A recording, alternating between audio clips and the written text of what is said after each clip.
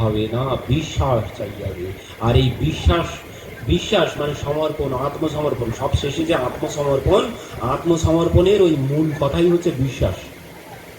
আত্মসমর্পণের মূল কথা হচ্ছে বিশ্বাস। আত্মসমর্পণের 9টি শর্ত, মানে 6টি শর্ত আছে আত্মসমর্পণের।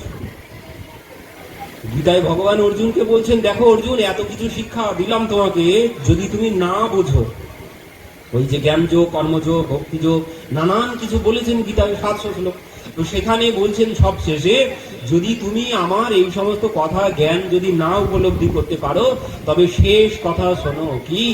সর্বধর্মান পরিত্যাজ্য মাম একম শরণম ব্রজহ। সব ত্যাগ করে তুমি আমার চরণে শরণাগত হয়ে যাও। এই শরণাগতের মধ্যে একটি হচ্ছে বিশ্বাস। শরণাগত হতে গেলে বিশ্বাস চাই। বিশ্বাস ছাড়া কিছুতেই শরণাগত হওয়া সম্ভব নয়। কি বলছেন দেখুন, আনুকূল্যেন সংকল্প প্রাতিকূল্যস্য বিবর্জন রক্ষিষ্যতি বিশ্বাস ও গোত্রিত্য বর্ণম তথা আত্মনিক্ষেপ কার্পণ্যম সরবিধা শরণাগতি। এই হচ্ছে শরণাগতি। এই এমন বিশ্বাস চাই কি, আনুকূল্যেন সংকল্প, তোমার অনুকূলেই সংকল্প করব, প্রতিকূল কোনো কিছু করব না। আর প্রতিকূল্যস্য বিবর্জন, সব ত্যাগ করব, প্রতিকূল যা সব ত্যাগ করব। প্রতিকূল কি? ওই যে নির্মল মনজন সো মোহে পাবা, মোহে কপট ছল ছিদ্র না ভাবা। আমার কপটতা, ছল, চাতুরি পছন্দ নয়। যার মনটা নির্মল, সেই আমাকে লাভ করতে পারবে। এই প্রথম শর্ত হচ্ছে নির্মল। আর সেই নির্মল কোথায় হবে? বলছেন সেই নির্মল একমাত্র মন নির্মল কিসে হবে? বলছেন জন্মান্তরে ভবেত পুণ্যম তদা ভাগবতম লবেত এ তস্মাৎ পরম কিঞ্চন মনঃ শুদ্ধৈর ন বিদ্যতে। বলছেন মন শুদ্ধ করার আর অন্য কোন পথ নেই, একমাত্র পথ হচ্ছে এই কথা। একমাত্র মন শুদ্ধি মানে মনকে নির্মল করার পথ, বিষয়, একমাত্র বিষয় আছে এই ভাগবত কথাই পারে মনকে নির্মল করতে। ওই চেত দর্পণ মার্জনম, চিত্তরূপী দর্পণকে মার্জিত করতে পারে একমাত্র এই কথা। অন্য কোন মাধ্যম নেই মনের ওই ছল চাতুরি কপটতা দূর করার জন্য, অন্য কোনো ব্যবস্থা নেই, একমাত্রই কথা আছে। এই কথাই পারে ভিতরের যত ময়লা আছে, সমস্ত ময়লা, চিত্তের যত ময়লা আছে, সমস্ত ময়লা পরিষ্কার করতে এই কথা পারে। এই কথাই আমাদের মন নির্মল হবে। এই কথার দ্বারাই, মানে এই কথা বললেন শ্রীয়তাম শ্রীয়তাম নিত্যম, কবিরাজ গোস্বামী বলছেন শ্রীয়তাম শ্রীয়তাম নিত্যম, নিত্য শ্রবণ করতে হবে। আর ভাগবত বলছেন সদা সেব্য শ্রীমদ ভাগবতী বার্তা। বলছেন সদা সর্বক্ষণ শ্রবণ করতে থাকো। শ্রবণ করতে করতে, শ্রবণ করতে করতে তোমার মন নির্মল হয়ে যাবে। আর যখন মন নির্মল হয়ে যাবে, তখনই হচ্ছে ভগবানের প্রিয় আমি। যখন মন নির্মল হবে, তখনই আমি ভগবানের প্রিয় হতে পারবো, তার আগে নয়। তার আগে কিছুতেই ভগবানের কৃপা লাভ করা যাবে না, যতক্ষণ না মন নির্মল হচ্ছে। শিশুর মতো মন নির্মল হতে হবে। যেমন শিশুর মনের মধ্যে কোনো ছল চাতুরি কপটতা নেই, অমন শিশুর মতো হতে হবে। তাহলে ওই যে একটুখানি শুনে নিন মন নির্মল কেমন।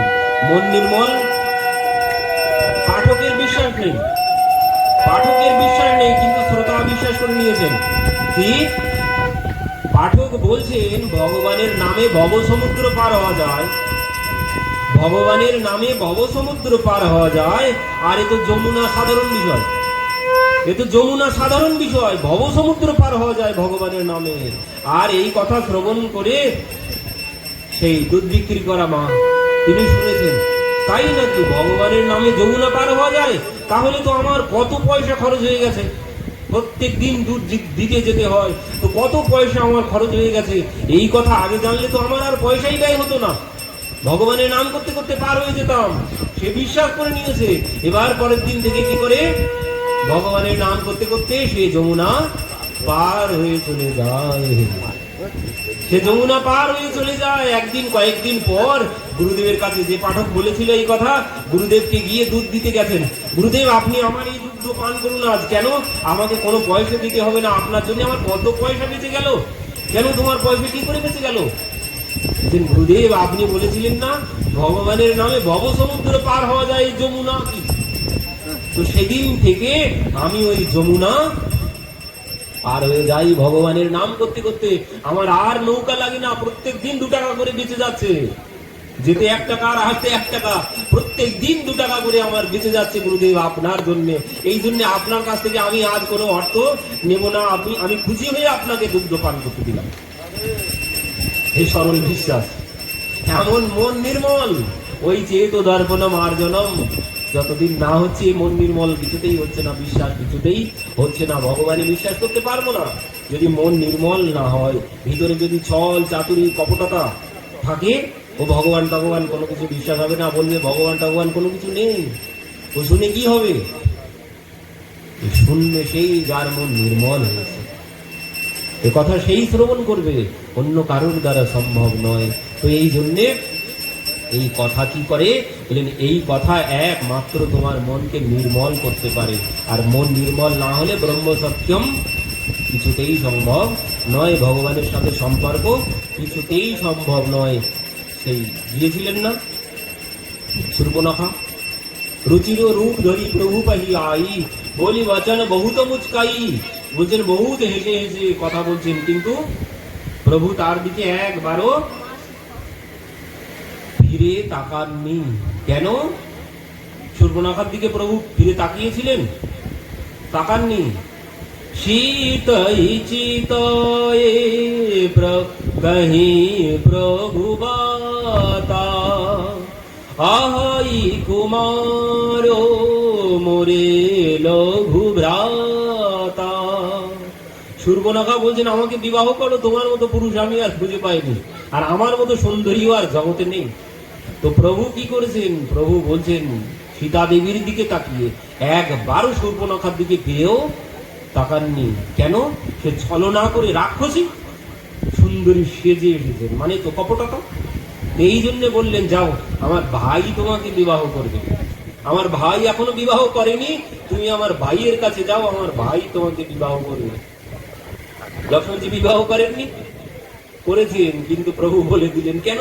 এও যেমন ছলনা করেছে তেমনই বলেছে, এরও তো বিবাহ হয়ে গেছে, এও বিধবা। শূর্পণখা বিধবা, তার স্বামীকে তার ভাই রাবণই মেরে ফেলেছে, আর সে বলছে আমার এখনো বিবাহই হয়নি। তো এই জন্য প্রভু বললেন যাও, আমার ভাই বিবাহ করেন। তুমি যেমন কুমারী, আমার ভাইও ঠিক তেমন কুমার, চলে যাও। তো লক্ষ্মণজির কাছে গেছেন, লক্ষ্মণজিকে গিয়ে বলছেন তুমি আমাকে বিবাহ করো। লক্ষ্মণজি বলছেন তাই কি করে হয়? আমার দাদা আছে, আমার দাদার কাছে যাও, আমার দাদা তোমাকে বিবাহ করবে। আর আমি যদি তোমাকে বিবাহ করি তাহলে কি হবে? আমার দাদা অযোধ্যার রাজা আর আমি তার সেবক, তাহলে কি হবে? রাজাকে বিবাহ করলে রানী হতে পারবে, আর আমাকে বিবাহ করলে কি হবে? দাস হবে, দাসী হয়ে যাবে। তো দাসী হতে চাও না রানী হতে চাও? সঙ্গে সঙ্গে চলে এসেছে লক্ষ্মণজির কাছ থেকে প্রভুর কাছে, এসে বলছেন তাই তো, আমি দাসী হতে যাব কি জন্যে? আমি রানী হব, আমার মতো সুন্দরী দাসী হতে যাবে কি জন্যে? চলে এসেছেন প্রভুর কাছে, এসে বলছেন তুমি আমাকে বিবাহ করো। প্রভু বলছেন না, আমি বিবাহ করতে পারবো না, তুমি আমার ভাইয়ের কাছে যাও। পুনরায় গেছেন, লক্ষ্মণজি বলছেন উনি তো বিবাহ করতে চাইছেন না। লক্ষ্মণজি বলছেন ও দেখো, রাজারা 4টা-5টা করে বিবাহ করতে পারে, একটা বিবাহ করেছে তাতে কি হয়েছে? তুমি ভালো করে ধরো, ঠিক বিবাহ করবে তোমাকে। আবার গেছেন তিনি প্রভুর কাছে। প্রভুর কাছে গিয়ে বলছে না, তুমি আমাকে বিবাহ করো, তোমার ভাই আমাকে বিবাহ করবে না। প্রভু বলছে না, আমার ভাই বিবাহ করবে, আমি তোমাকে বিবাহ করতে পারবো না। লক্ষ্মণজিকে এবার ইশারায় বলে দিয়েছেন যে ভাইয়ের একটা ব্যবস্থা করো।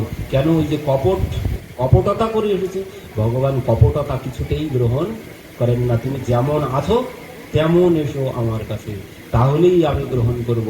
সহজ সরল ভাবে আমার কাছে আসতে হবে, তাহলে আমি গ্রহণ করব। আমি ওই ছল চাতুরি কপটতা পছন্দ করি না। তো তার জন্য নির্মল হতে হবে। আর সেই নির্মল কি করে হব? এই কথার দ্বারাই মন নির্মল হবে। এখানে মহাপ্রভু ওই মন নির্মলের কথাই বলছেন, চেতো দর্পণমার্জনম ভব মহাদাবাগ্নি নির্বাপনম শ্রেয়ঃ কৈরব চন্দ্রিকা বিতরণম বিদ্যাবধূ জীবনম আনন্দ্যম বুদ্ধিবর্ধনম প্রতিপদম পুণ্যামৃতাস্বাদনম সর্বাত্মা সনপনম পরম বিজয়তে শ্রীকৃষ্ণ সংকীর্তনম। নাম, নামের মহিমা মহাপ্রভু কি বললেন? বললেন যে নামের দ্বারাই তোমার মন নির্মল হবে। ওই চেত দর্পণ মার্জনম মানে ভিতরে যত চিত্তে যত ছল চাতুরি কপটতার ময়লা জমে আছে সমস্ত ময়লা তোমার পরিষ্কার হবে এই নাম সংকীর্তনের দ্বারাই।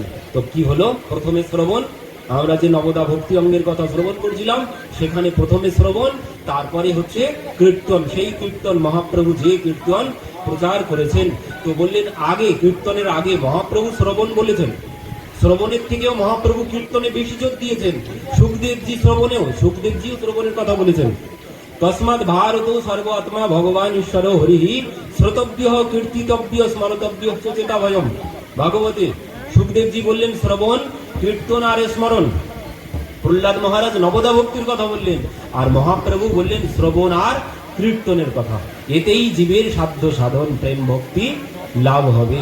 তো এই শ্রবণ কীর্তনের দ্বারা, তো বললেন কীর্তন, কীর্তন মহাপ্রভু কীর্তন বলেছেন, কিন্তু কীর্তনের আগে শ্রবণ চাই। শ্রবণ ছাড়া কীর্তন কিছুতেই হবে না, কিছুতেই নামের প্রতি নিষ্ঠা আসবে না, কিছুতেই গুরুর প্রতি নিষ্ঠা আসবে না।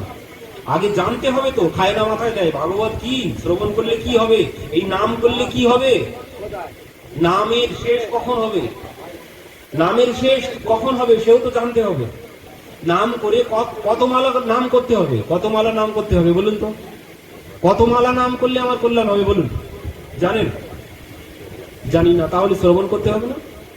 নাম করে কল্যাণ হবে? আগে জানতে হবে তো আমার কতদিন নাম করতে হবে, কতদিন নাম করলে আমার কল্যাণ হবে। নামের কল্যাণ তখনই হবে, এই যে গুরুদেব মালা ধরিয়ে দিয়েছেন, কারো 4 মালা উপদেশ করেছেন, কারো 16 মালা উপদেশ করেছেন, কারো 32 মালা, কারো 64 মালা। তো এই ধরুন 32 মালা, 4 মালা, 16 মালা, এতেই আমার কল্যাণ হয়ে যাবে, ভগবানের সাথে সম্পর্ক হয়ে যাবে? কোনদিন নয়। ও 16 মালাতেও হবে না, 64 মালাতেও হবে না, 108 মালাতেও হবে না। তাহলে হবে কখন? হবে কখন? মহাপ্রভু সে কথাও বলেছেন, খাইতে শুইতে যথা তথা নাম লয়, দেশ কাল নিয়ম নাস্তি সর্বসিদ্ধি হয়। এই হচ্ছে সর্বসিদ্ধি। তখন হবে কখন? খাইতে শুইতে যথা তথা নাম লয়। ও 16 মালা নিয়েও হবে না, ও 32 মালা নিয়েও হবে না, ও 64 মালা নিয়েও কোনো লাভ হবে না। মালার শেষ তখন হবে, ও মালা এক জায়গায় দাঁড়িয়ে থাকলে হবে না। আজ 16 করি, কয়েকদিন পরেই 32 বাড়াতে হবে, 32 করি 64 বাড়াতে হবে, পরপর বাড়াতে বাড়াতে বাড়াতে বাড়াতে একদিন এমন ভাব আসবে তখন আর মালার প্রয়োজন হবে না, তখন আর মালার প্রয়োজন হবে না। তখন খেতে শুতে উঠতে বসতে সর্বক্ষণ নাম হচ্ছে ভিতরে। যখন আর মালার প্রয়োজন হবে না, এখন মালা কি জন্য দেওয়া হয়েছে, মানে একটা সাধন ছাড়া তোমার মনকে তুমি ধরে রাখতে পারবে না, তোমার মনকে তুমি ধরে রাখতে পারবে না। মালা হাতে থাকলে এখন ওই গুনে গুনে করতে থাকো, গুনে গুনে করতে করতে গুনে গুনে করতে করতে ঠিক একদিন এমন ভাব এসে যাবে তখন আর মালার প্রয়োজন হবে না, এমনিতেই হতে থাকবে। আর সেদিন বুঝবেন আর আমার মালার দরকার নেই, আমি উঠে গেছি, মাস্টার ডিগ্রি আমার হয়ে গেছে। যেদিন মালার প্রয়োজন হবে না, খেতে শুতে উঠতে বসতে ঘুমের মধ্যেও, এমনও মহাত্মা আছে বৃন্দাবনে এখনো ঘুমের মধ্যে ঘুমিয়ে ঘুমিয়ে নাম করেন তারা। এমন ভাব যেদিন আসবে, মহাপ্রভু বলেছেন খাইতে শুইতে যথা তথা সব সময় নাম হতে থাকবে, তখন বুঝবেন যে আমার সর্বসিদ্ধি হবে। ও 16 মালাতেও হবে না, 32 মালাতেও, ও 64 মালাতেও কোনো কল্যাণ হবে না। এই মালা করতে করতে যেদিন অটোমেটিক হয়ে যাবে মেশিন, আর কোনো কিছু লাগবে না, অটোমেটিক নাম হতে থাকবে, তখনই কল্যাণ হবে, তখনই সর্বসিদ্ধি হবে, তখনই ওই প্রহ্লাদ মহারাজের মতো হবে।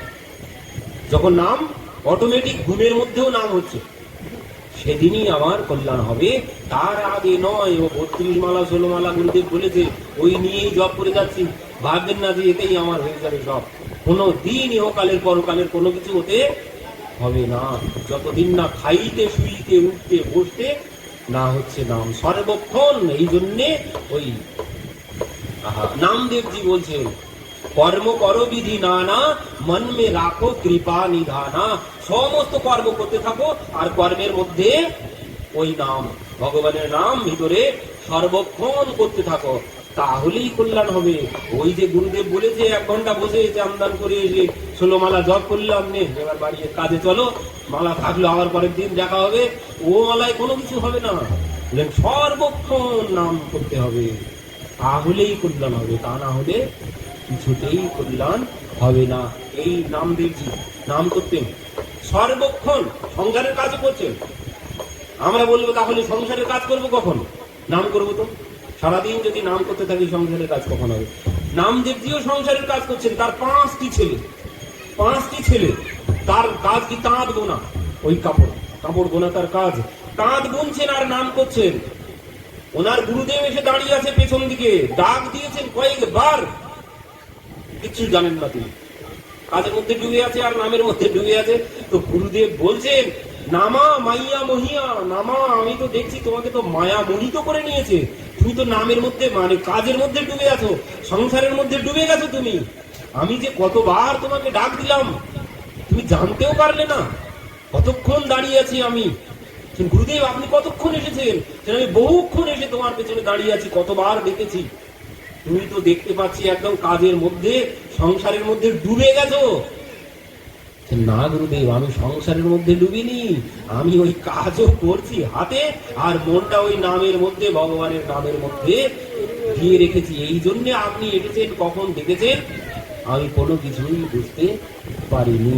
এই জন্য নামদেবজি বলছেন, কর্ম করো বিধি নানা, মন মে রাখো কৃপা নিধানা। মন কিছুতেই যেন সংসারে না যায়, মন সর্বক্ষণ ওই নামের মধ্যে দিয়ে রাখতে হবে, তাহলেই কল্যাণ সেদিনই হবে, যেদিন এই নাম অটোমেটিক হয়ে যাবে, মেশিন অটোমেটিক হয়ে যাবে, চালু করতে হবে না আর বন্ধও করতে হবে, অটোমেটিক চালু হয়ে যাবে, এ আর বন্ধ হবে না। সেদিন আমার সর্বসিদ্ধি হবে। তো আজ এখানেই কথা বিশ্রাম হচ্ছে। জয় জয় শ্রী।